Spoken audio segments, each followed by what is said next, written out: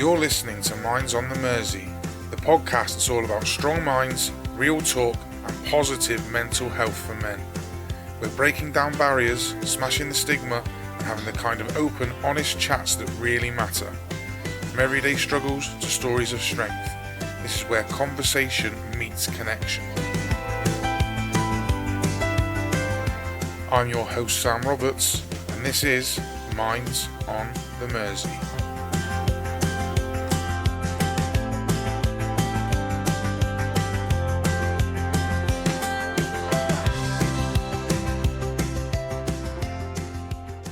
Hello and welcome to the first ever Minds on the Mersey podcast. As you heard from the introduction, I am your host Sam Roberts, and it gives me enormous pleasure to introduce to you my co-host, and it is the one, the only, the legend that is Mr. Christopher Guy. Chris, how you doing, mate? I'm very good, Sam. Very excited to be on this amazing podcast that we've set up. Oh, right. Well, we've only just started. Let's see how we go. Hey, let's not get too ahead of ourselves, eh? I'm proud to say that this podcast is in association with the Mersey Mind Project. Chris, tell everyone about Mersey Mind Project. Yeah, Mersey Mind Project.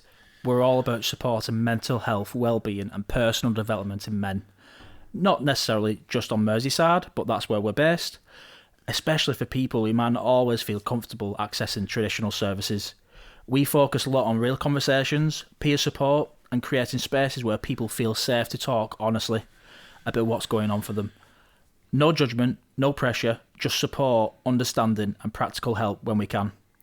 For me, it's about breaking down stigma and showing that it's okay not to be okay, and more importantly, that you don't have to deal with things on your own. That's why this podcast fits in so well with Mersey Mind Project. It's about openness, honesty and connection. Amazing. Class. And the podcast is also in association with the Shaftesbury Youth Club, which is based in Prenton on the Wirral. It's run by Adam and his team. They've shown us amazing support so far. We are currently recording from there, and this will be our recording home for the foreseeable future. So thank you to Adam and the team. They're incredible, and we love what they do. I've also got to tell you, by the way, Chris, it's our first ever episode, and we've already got a sponsor. We have. We have got a sponsor, which is brilliant, unbelievable. So our sponsor is Pig in Bun Fermented Sauces. But you'll hear more about them later. How good was that? That sounded good. Class, isn't it? That was that Stephen Mulhern style. It's like we know what we're doing or something. It's crazy. Right, so let's address something first off. The podcast is called Minds on the Mersey. And there's a bit of an elephant in the room here, Chris. And that elephant in the room is the fact that we're hosting a podcast called Minds on the Mersey, and neither of us are from Merseyside. So, what's sort of going on there, mate? How have you ended up where you are? How have you ended up on Merseyside? A bit like you, living in Torquay. I was from Wigan, and I would not come to Merseyside for any other reason than a woman. There you go. Yep, sounds about right. Yep, same for me. I moved here back in 2009. I met my what is now lovely wife, Mrs. R. She's met her abroad and moved back to Liverpool. And yeah, I love it up here. It's what a place to live. It's class, isn't it? I was a later arrival than 2009, so I arrived here just after the lockdown in 2020. So times were different back then, weren't they? Much different. Oh my God, yeah, Jesus. So thank you to Tinder out there. Thank you very much. First time I've ever been on Tinder, ever needed to go on Tinder, and I met my lovely wife, Chloe. Other dating apps are available. Anyway, so it's a bit mad how we've ended up here, Chris, hosting a podcast. Obviously, you mentioned Mersey Mind Project earlier. Obviously, we are both part of that charity. We are trustees. You are, actually, I am a trustee. You are the chairman, Mr. Chairman. And through that charity and obviously coming together, we decided that we wanted to spread the word a bit further and get a podcast out there, didn't we? Definitely. And not just to advertise the charity, because obviously free advertising is very good for a charity, but I think it's all about linking in our therapy sessions that we've offered as part of the charity and tying it back to our motto, which is real, honest conversations. Yeah, absolutely. Absolutely. And, you know, if people out there can hear two middle-aged fellas chatting open and honestly, I call myself middle-aged, Chris. I won't pull you into that, but if they hear us chatting open and honestly, maybe it can open a conversation somewhere else. It might encourage people to go and speak to a GP if they're struggling, or we've both had our own mental health problems in the past. We've not been shy about sharing that at all. We won't give too much of that away today on the first episode. We're going to save some of that for future episodes, because we don't want to give you all the juicy information on the first episode. That would be a bit silly. So got to hold something back, haven't we, Chris? Yeah, or else they'll not listen to the next episode otherwise. Exactly. So Chris, tell us about how you ended up coming to Liverpool. Tell us about where you were before that and how you ended up moving to Merseyside. Yeah, so I've lived in Wigan for all my life, and as mentioned previously, I met my now wife Chloe on Tinder. Living in Wigan is completely different to living in Merseyside. I think the people are a lot more friendly. The pie's not as good, if I'm honest with you. There's some very good pie shops in Wigan. But it was kind of through COVID. I was in a previous relationship that I ended, sold the house, moved on quite quickly, if I'm honest with you. But everything happens for a reason. And within about 3 or 4 months, I was asked to move in, which was brilliant for me. Massive life change for me in terms of job. So I obviously worked in Wigan all my life. Moving over here meant that I had to ditch the Tesco delivery driving in Wigan and do Iceland delivery driving in Birkenhead instead. Amazing. The joys of lockdown. But yeah, I was in construction for 5 years and I got made redundant in April of 2020. Just as it was all kicking off. Just as it was all kicking off. Just as I was about to leave my relationship, and it changed my life completely for the better, because back then it was obviously a really difficult time, but looking at it now, back at the last nearly 6 years, it's been an amazing experience to move over here. And I think one thing that was important, I never knew anybody on the Wirral or Merseyside. Do you know what? That's what I was about to ask you, because when I moved here to be with my now wife back in 2009, I only knew my wife and her immediate family, and obviously I found a job. I used to be a chef. I was a chef for 16 years. When I left school, went straight into chefing, and I did that for 16 years since. So, but the only people I knew were either in work or at home. I struggled to make friends that weren't already friends with Catherine. Yeah. And I found it really difficult to do. Obviously, you've got family, you've got work, you've got everything going on, and I really did struggle with that aspect. And there's nothing against Catherine and the kids and everybody, but I sometimes felt quite isolated. Yeah. Everything that I had previously was back in Devon. All my friends, all my family, they were back down there, and there were times where I really did struggle, because I did feel really sort of, I wouldn't say alone, but it's sometimes I've got no friends of my own. Yeah. And I did struggle with that at times. Is that something that you feel you went through as well? Exactly the same, Sam. And I think you have to be honest with yourself. Even though you have probably everything that you could ever wish for in the world, as a family, as a wife, you've got kids, you do sometimes lack, especially through working full time, you do lack that break, that kind of freedom for yourself.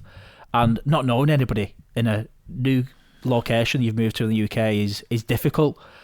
I mean, I was quite reserved at first, didn't really speak to many people until my son got involved in football.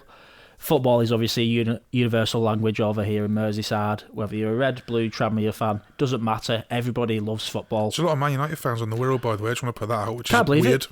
Strange, very strange. I think being a Wigan Athletic fan, which I don't think there's going to be many Wigan Athletic fans on the Wirral or Merseyside, it was difficult growing up as a Wigan fan, because you had Everton, Liverpool, Man United, Man City, even though Man City weren't so good back then when Wigan were coming through the Premier League in 2005. A lot of teams within a 25-mile radius, and Wigan had no fans. I mean, they did in the Premier League, they had 25,000 every game, but that was probably mostly made up of Liverpool, Everton, Man United fans who wanted to watch Premier League football because they can't. Yeah, because they couldn't get tickets, they're struggling. Yeah, no, I totally understand that. So, obviously now you've been up here for a while. What what is it that you did to? You said that obviously your son got involved in football. What is it that you did to try and combat that sort of isolation, if you like? What steps did you take? Yeah, so going to the football training sessions and the matches, you obviously spoke to other parents of children in the football team, and that was when I started making friends, really. I've still got friends today who obviously I met back 6 years ago when my son started playing football. And I think through football, I was on the sidelines watching every week. I was there for training, for the matches without fail. I absolutely love and breathe football. And speaking to the parents was really positive because a lot of them actually, including one of our service users, lived elsewhere. And he came across here with no friends, very similar situation to me and yourself, Sam. Yep. And through football, we made friends. And I absolutely loved doing it. And I actually ended up being asked to take on the football team, like a second team, because there was so many kids who wanted to play in that team. So I clearly had no kind of scariness or anything just to jump into it. Never done football coaching in my life. Did my FA level 1, my first aid, obviously put myself through the enhanced DBS check. And as soon as I started, I absolutely loved it. In which I loved it that much that in May 2023, I ended up setting up my own football club called New Brighton Victoria. And shout out New Brighton Victoria. Yes. We're only a small club. Currently only got 2 teams, but the people who play for the club, both the kids and the parents who come and support, are absolutely amazing. I had the privilege of taking my under-12s team to Holland last April. So it was a nice 18-hour coach journey on Good Friday to via Dover. That sounds incredible. Dover, Calais. But to be honest with you, the weather on that Good Friday was absolutely cracking flag, so I didn't really mind the journey there. It was the journey back on the bank holiday Monday, which was a killer. But, I took 53 people on that coach with us and made memories for life, as well as making my own friends. And I think from speaking to the dads of the football, they didn't really have sport to play. They were so committed with full-time work, family at home, bringing the kids to football. We all came together, 3 or 4 dads, and said, we should start playing football. And that was basically where the football started, which was well before the charity set up. But the idea was there, and we was involved in a different charity before this charity called Mersey Project, and it grew. And we had, at one point, to turn away so many people because there was no space to play football. I know, and it was quite incredible to see. Really, it was. That's obviously how I met you, through coming to the football. Yeah, I remember you, Sam, when you first came. It was down at the Solar campus in Tranmere. Well, it's not actually in Tranmere, but it's Tranmere Rovers training ground. And I remember you seeing yourself and some of the other OGs who still attend the football sessions today. And I knew straight away, first time I've ever done this, I'd give somebody man of the match. And that person was you, Sam. It was first and only ever time, to be fair, Chris. But it's do you know what? It's for me, it was. I got involved in a football thing based in Liverpool a while back, just after COVID and that sort of thing. It was, in fact, it was before COVID actually, and it was incredible because it made me get out, make friends. Taking that sort of leap and sort of turning up at a football session with other fellas who you've never met in your life.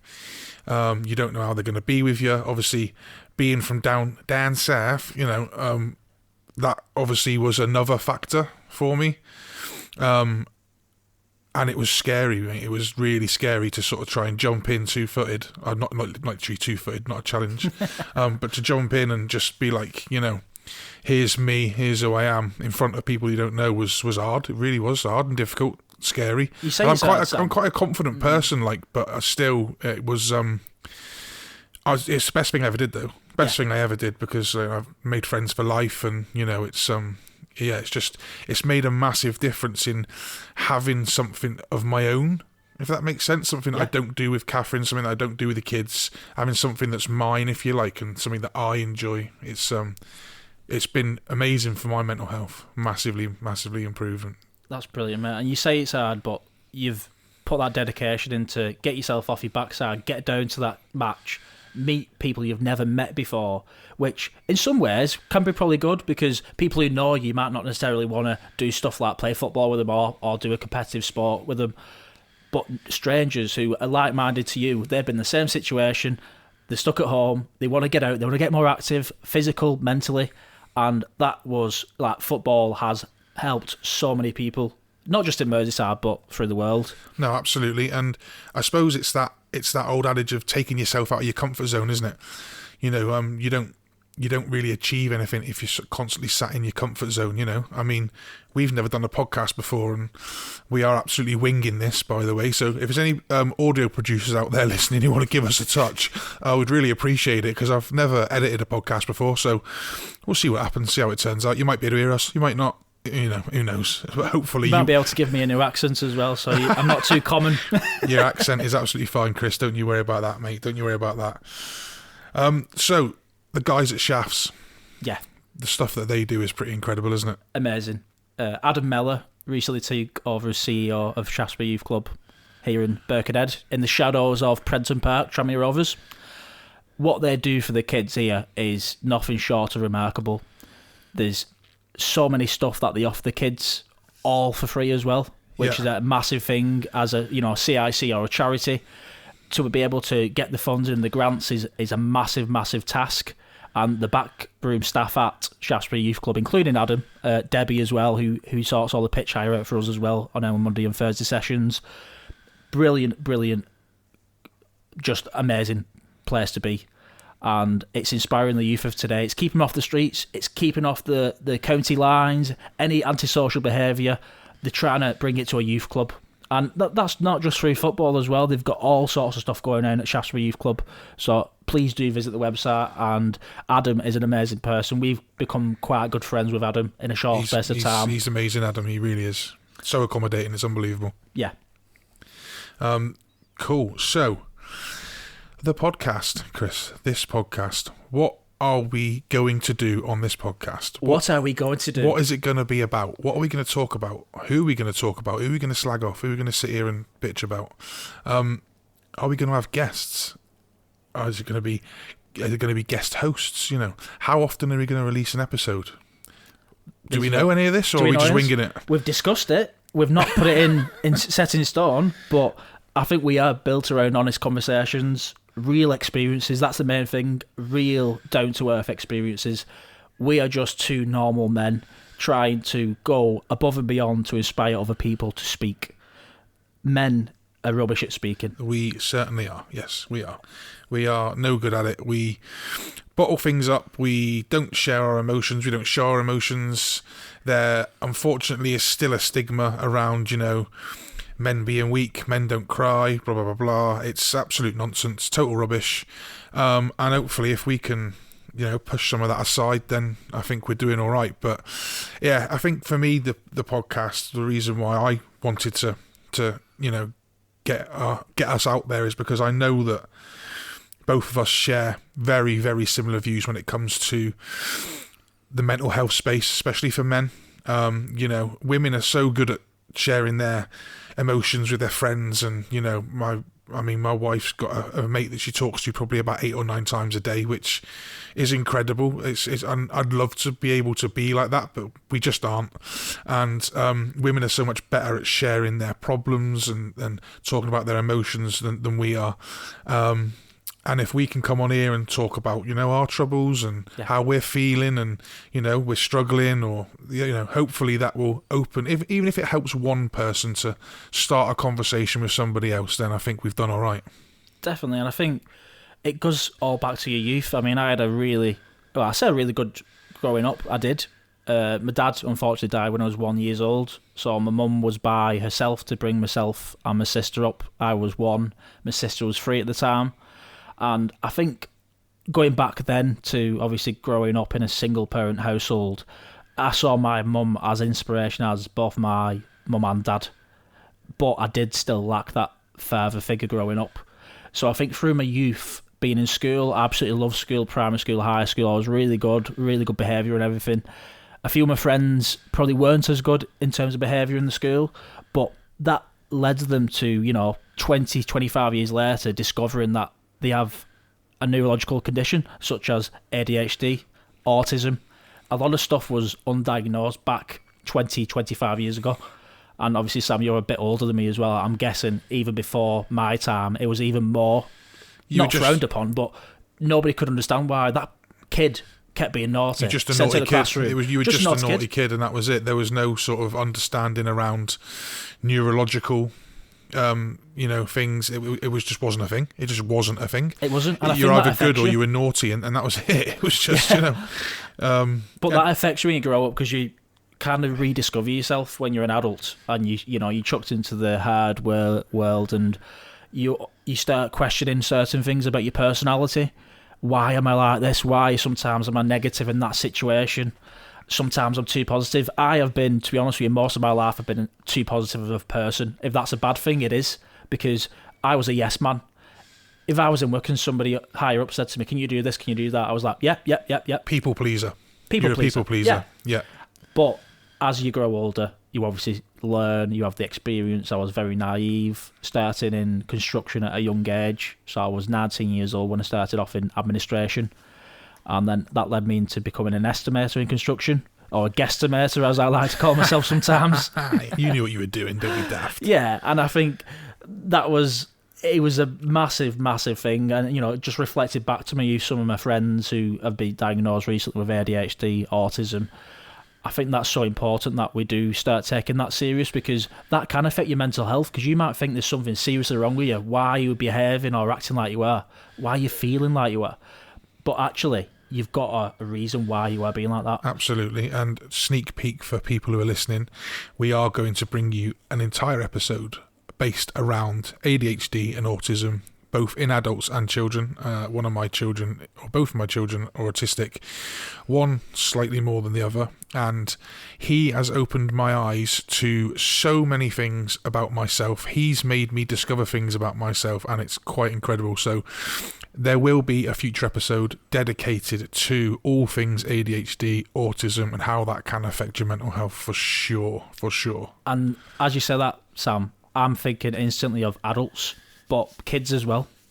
Kids goes under that bracket as well. So we're quite lucky at the New Brighton Football Club that we've got our amazing Carly Openshaw, who has recently set up a CIC called Tiny Tools for Big Feelings. And it is a CIC dedicated to helping kids and parents who have autism, ADHD, behaviour problems in school, anxiety. And she has done phenomenal in the few months that she's been open, and she's helped so many kids. So even though she's a woman and this is a men's mental health podcast, she is coming on this podcast. She will definitely be here. She's currently on holiday, so she was on a plane the other day, jetting off somewhere with a lovely husband. She's not coming on the podcast now. I'm jealous now. I know, yeah. I was very jealous when she was having those pints of beer early in the morning at Liverpool Airport.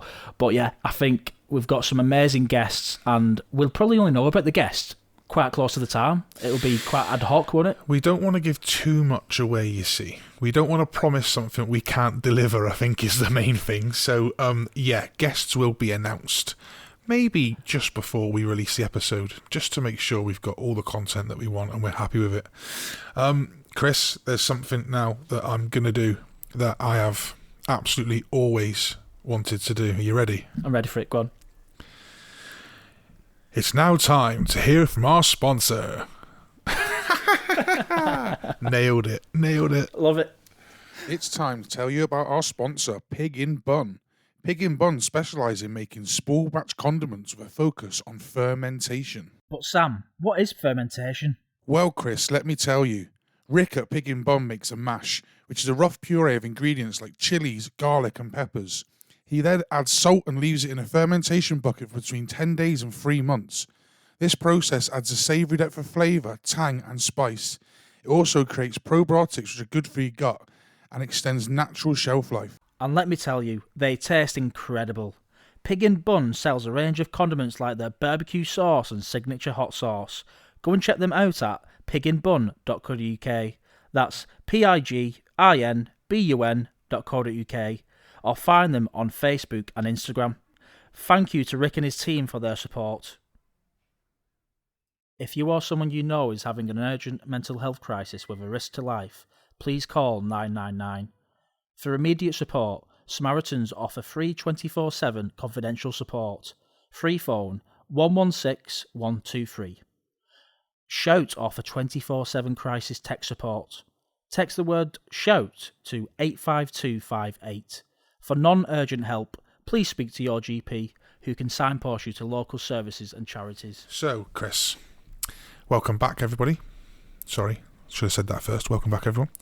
So, Chris, I want to talk to you a little bit about January blues.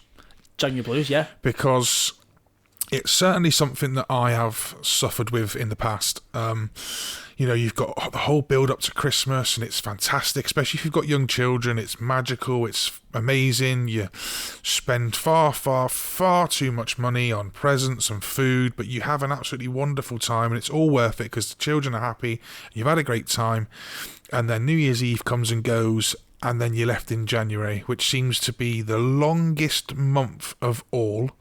I'm not sure about your work, but my work pay me early in December, which means that in January and February, I'm also paid early, but not as early as I was in December. So your payday seems to drag, like you're just waiting for your payday, which is obviously difficult. You've obviously probably got a lot of bills to pay post-Christmas. You've also got the things around SADS, seasonal adjustment disorder, which obviously can start a lot earlier than Christmas, but I think when it's at the moment in Liverpool, it's cold. This morning I got out to my van and it was 1 degree, and it's dark and it's wet, and you're just like, oh my god. And when you go home at night, it's exactly the same. Exactly. It's something that I know I've struggled with as far as January blues go. So what about yourself? Is it something that you feel that you struggle with? Yeah, and I think you've hit the nail on the head. Financial side of it is always very difficult. If you have been paid before Christmas, you think, oh, I'm getting paid before Christmas. I normally get paid on the 29th, but I'm being paid early. This is fantastic. Oh, let me blow some more money on presents that aren't really needed, but I want to try and impress my family and my friends. Have you been speaking to Catherine, Chris? No, speak to Chloe, my wife. And I think the financial element is massive because after COVID as well, I actually took out, so this is how mad this story is. September 2019, I took out HPI agreements on a brand new Volkswagen Polo, brand new car, worth £18,500. Drove it away from the forecourt, it was worth 11 grand. Was I to know that 6 months later there'd be a national pandemic and I would be out of work and I would take a massive drop in wages and not be able to afford to pay that car off? Yeah. That obviously, Christmas time, January is very, very difficult, but I kind of started struggling in the January and it got me really, really down to the point where I was like, what are my options? Yeah. In the end, I ended up doing a voluntary termination, which cost me money. Yeah. Because the car was obviously worth a lot less than it was when I first bought it, but I couldn't afford paying it and I sent it back. So, to this day, I have still got a debt over my head, and that's just from one thing which I couldn't really foresee. I can't really blame myself. Maybe a bit naive. No, I don't think so. But that's the kind of stuff that could happen. And winter and Christmas is exactly the same thing. You could have so many unexpected bills. Your boiler could go in the blink, and you have to shell out another £3,500 to get a brand new boiler. It is difficult, and working in construction is also difficult because a lot of the projects that I have done in the past, I'm just an estimator, so I'm like in the office, but the site lads or operatives, including women as well, they're working from dark to dark. They're working in freezing cold weather outside, doing external projects. I'm sat in the office nice and toasting with heater next to me on the computer, but it is difficult. And working in construction, this is really, really important to mention as well, because a lot of our service users work in construction as well. You're 4 times more likely to have suicidal thoughts working in construction and actually act on that as well. Wow. It's the biggest industry killer in the UK. Really? I didn't know that. Yeah, unbelievable. So construction always closes down normally for 2 weeks over Christmas, so I quite enjoyed the 2 week break, but you do end up spending more money on takeaways, food and bits that you wouldn't normally do if you was in the office. But January blues hit massively, and not just money. Yeah. Family. Christmas time is probably the worst time to remember those ones who have departed us. And it doesn't matter when they died in the year or how many years ago they died. Christmas is always difficult because I remember sitting down and I remember spending Christmas sometimes with my nan and granddad, and just having small things that remind me of that, sitting down eating your Christmas dinner. It does trigger you and it does make you really upset, and it's almost a nice nostalgia as well, but you just miss those good times. Of course, yeah, you miss those people, don't you? I mean, for me, as I said earlier, I was a chef for 16 years, so Christmas was always a mad busy time for me. Not like in work was crazy. When I lived in Torquay, I was working in hotels, so my Christmas day basically consisted of into work at 7 a.m, work till 1 p.m, go home, and then you're back in for 5:30, and you work until 9:30, and then so you get home at 1. Everyone's already opened their presents. You open your presents on your own because obviously there's young children, so we can't stop them from doing that. You can't expect them to wait till 1:30. So everyone else has opened their presents, so you sit and open your presents on your own. Amazing. Everyone's already having a drink because it's Christmas Day. You can't because you're going back to work. You have your dinner. That's great. Fantastic Christmas dinner, everybody. Everybody's already on the sauce, you know. You go to work, come back home at 9:30. Everyone's rotten drunk. You're just pissed off and tired because you've been to work and they're all at home getting drunk. And, you know, it was almost like it was just a horrific day, really. It was, don't get me wrong, it was nice to spend time with family and stuff, amazing, but couldn't really enjoy it. I moved to Liverpool. I was a chef again in Liverpool for a few years because obviously it's all I've ever done since I left school. But I now have a job where I work Monday to Friday, 8:30 to 4:30. I don't work weekends. I don't work evenings. I don't work bank holidays. It's incredible. It's honestly, since having my kids, and my 2 step-lads when I moved here, they were 4 and 10. I was just torturing myself being in the kitchens constantly because I didn't want to be there. When they were out doing all the fun things at the weekends, I was in work. And Catherine would text me photos of stuff, them all with an ice cream on the beach in New Brighton. Oh yeah, great. I'm just in work, like, yeah, phenomenal, fantastic. And it was hard, it really was hard. And moving, I used to love cooking. It was really my passion in life, but obviously that changed when I had a family, and that my family became my passion then. And my job was just that. It was a job. It was a way to make money, to spend time with my family and be happy, I suppose. You know, I used to love the kitchens, love the banter, love the camaraderie in a kitchen. There's nothing like smashing out a really busy shift and everyone having a pint afterwards and having a laugh about it. It's incredible. And a really big adrenaline buzz, you know. And that's the parts of it I do miss. I don't miss the staying in work till 2 a.m. and being back in at 7 in the morning. Yeah. I don't miss that at all, actually, to be fair. I've never missed that. Yeah, I think it's all about your work-life balance, isn't it? I've recently as well, I've worked 10 years PAYE for various construction companies, Monday to Friday. So, you know, have the weekends off, not working any evenings, no bank holidays, similar to yourself.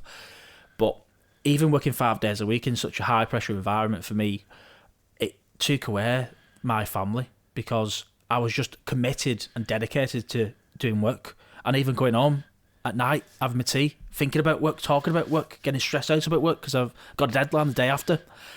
And it got to a point where in November last year, I decided that I'm going to go myself and do a freelance business, doing what I've done for 10 years, got the experience, but doing it when it suits me, not when it suits everybody else. And I've done it now for nearly 3 months, and it's the best thing that I've ever done because I get 2 days off in the week. I work 3 days a week, and I can spend time with my 3-year-old, my wife. I can start doing stuff, taking my mum out in Wigan for some dinner on a Thursday. And then pie and chips, by any chance? Do you know what? Pie and chips, but they do a really nice mixed grill up at the Green King in Wigan called Red Robin. But it's been a game changer for me the last 3 months. And I've probably been ignorant to the fact that I have put work before everybody else, which for me, it's kind of, because of the high pressure environment, it's all that I've ever known. So back when I was living in Wigan, it was the same situation, although I wasn't really bothered then, to be honest with you. But now I've got a family. It changes your outlook on life. It's going back to that whole male ego thing of I'm the provider sort of thing, isn't it? It's almost like that. I have to provide for my family. That's my role within the family environment. My role is to provide. I provide you with the roof over your head and the food in your belly and blah blah blah and the Sky TV and stuff. Where Catherine earns more than me. Catherine's she's worked in her job for over 20 years, and she earns way more than me, which I'm fine with. I'm happy with that. And so you should be. It allows me to do the shifts that I do. It allows me to do my Monday to Friday, my half 8 till half 4, and that's fine. And she's really good at her job as well. She's got quite good job security, so have I. So it's all good, man. It's all good. That's the main thing, isn't it? And it all goes back to family. You appreciate it. When you do get it, you do regret not seeing things. I mean, I've been always one of those dads where if somebody's got a school play, a football match or whatever, I'm there. I don't care what work say, I'm definitely there. And I'm glad I've been like that, because there's so many dads out there who feel the pressure of having to work all the time and not see the kids do the things what they'll remember for the rest of their lives. Yeah.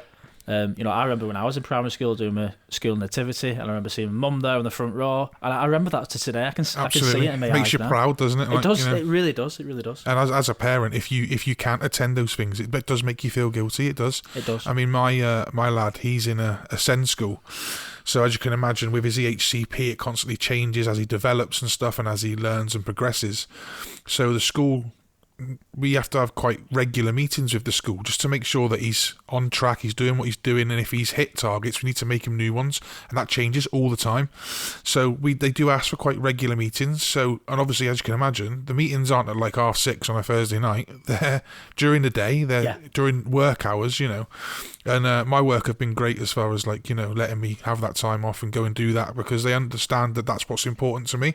Yeah. Understand that making sure that the kids are happy, and especially with him in school, and that before he went to this SEND school, he went to a mainstream primary school and he struggled. And I don't blame him for that. I blame the school that he was at. They weren't prepared to take a SEND child on. It was crazy. Oh. And he basically got isolated. He'd walk in the morning, they give him a tablet, they put him in a separate room to every other child. And by 9:30, 9:45, we were getting phone calls. Can you come and pick him up and send him home? He can't be in school. It's just it was crazy.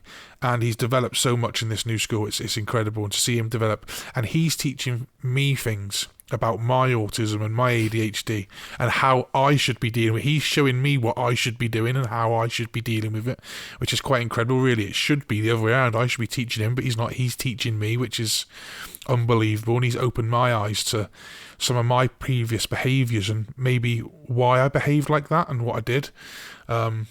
But again, I'm not going to go way into that, because obviously we are going to have an episode based on that. So yeah, I think you're an amazing dad, though, Sam. Just knowing you personally now for coming up to 2 years, you give everything. You give 100% effort in everything that you do, and it's not easy sometimes, especially with your autism and ADHD, because with the autism, you sometimes will struggle to speak to people or have a conversation, a difficult conversation or an easy conversation. You might not feel that you can speak to people in a certain environment. So you've chucked yourself into this charity, become a trustee as well. You've done yourself proud, your family proud, and just listen to that story there about your young son there who went to a mainstream school, was struggling. You as parents have done something about that. And you've changed his schools, and look at him now, he's flying. I tell you what, the fight that we had to do to get him into that school was, I think at the time, there was nearly 175 applications for his year group for that school, and I think they were taking on 20 children, and he was, in the end, we got him as one of the 20 through appeal. We had to appeal and fight. I say we, it was all Catherine, to be fair. She absolutely, once she gets a bit between her teeth, mate, that's it. And especially if it involves her children, don't get between her and her kids, mate. I'm telling you now, she will rip your head off, honestly. But this just adds to, obviously, mental health, doesn't it? Of course, all this bounces back to everything in your life can affect your mental health. And I think on our next episode, I think it would be good to go through what me and you do, our coping strategies to make sure that we don't fall into a bad bout of mental health, because it's easy done. It only takes one or two little triggers for me personally. It'll only take one or two little triggers for me to start declining with my mental health. But luckily over the years I have developed the way of understanding when I'm slipping and what I need to do to get myself back out of that black hole, if you like. So I think on our next episode we will dive deeper into that, about our coping strategies and what we do.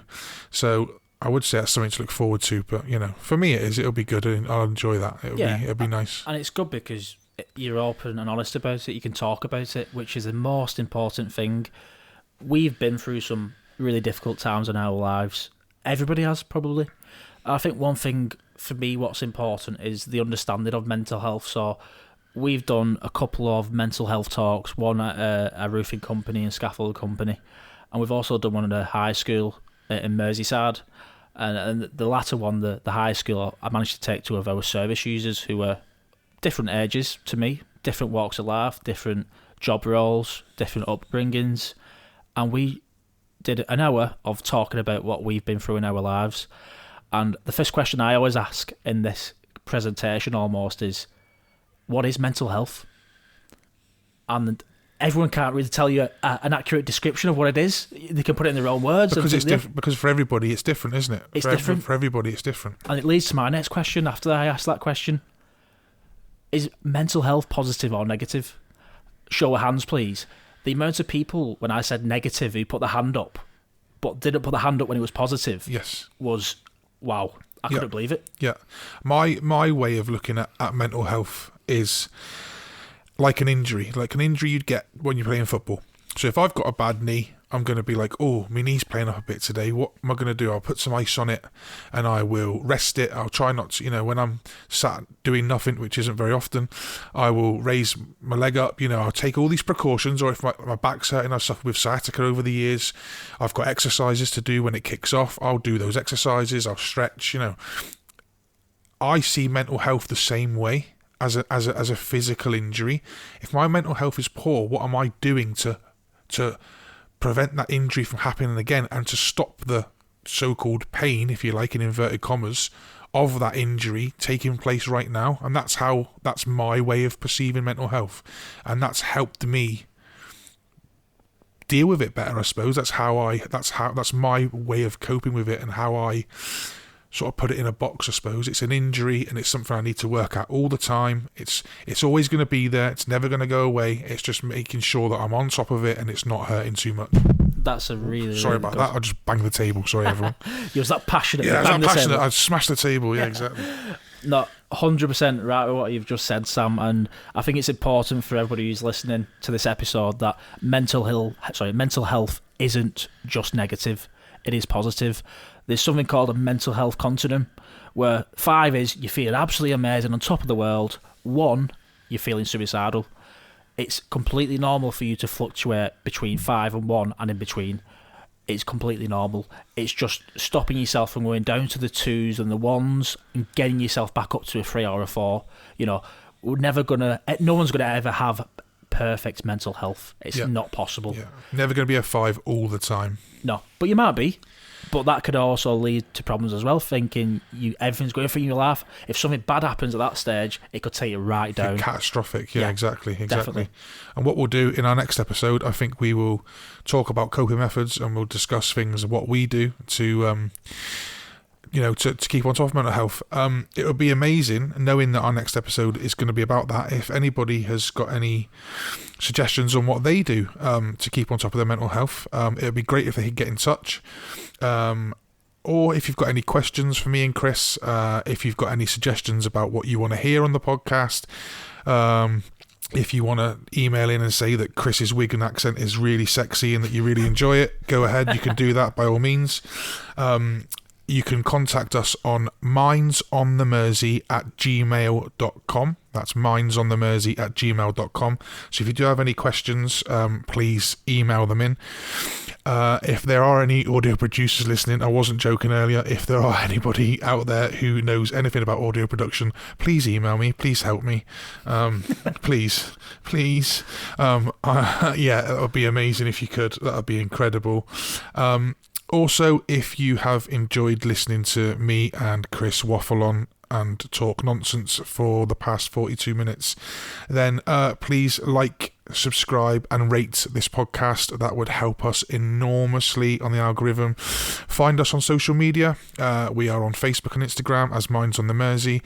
We have a website. We do. We have a brand new website which has just launched.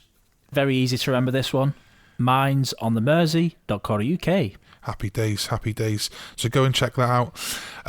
Please share all the stuff that we put out on socials. It really helps us get the word out there. So if you could do it, that'd be incredible. Like I said, please like, subscribe, and share the podcast when it's released.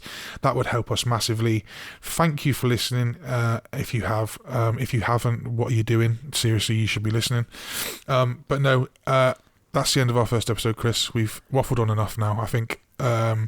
We are going to have guests coming up in future episodes. We will release them close to the time. We'll keep that a secret for now.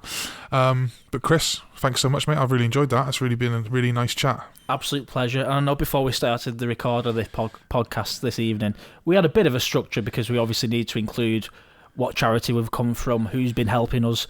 But the rest of it has been unfiltered, unscripted conversation. Yeah, it's literally just been, like I say, us waffling like we do when we're in the pub or at the football. You know, it's literally just been that, but recorded. So there you go. Again, thanks, guys. Like, subscribe, share. Love you all. Bye. Bye.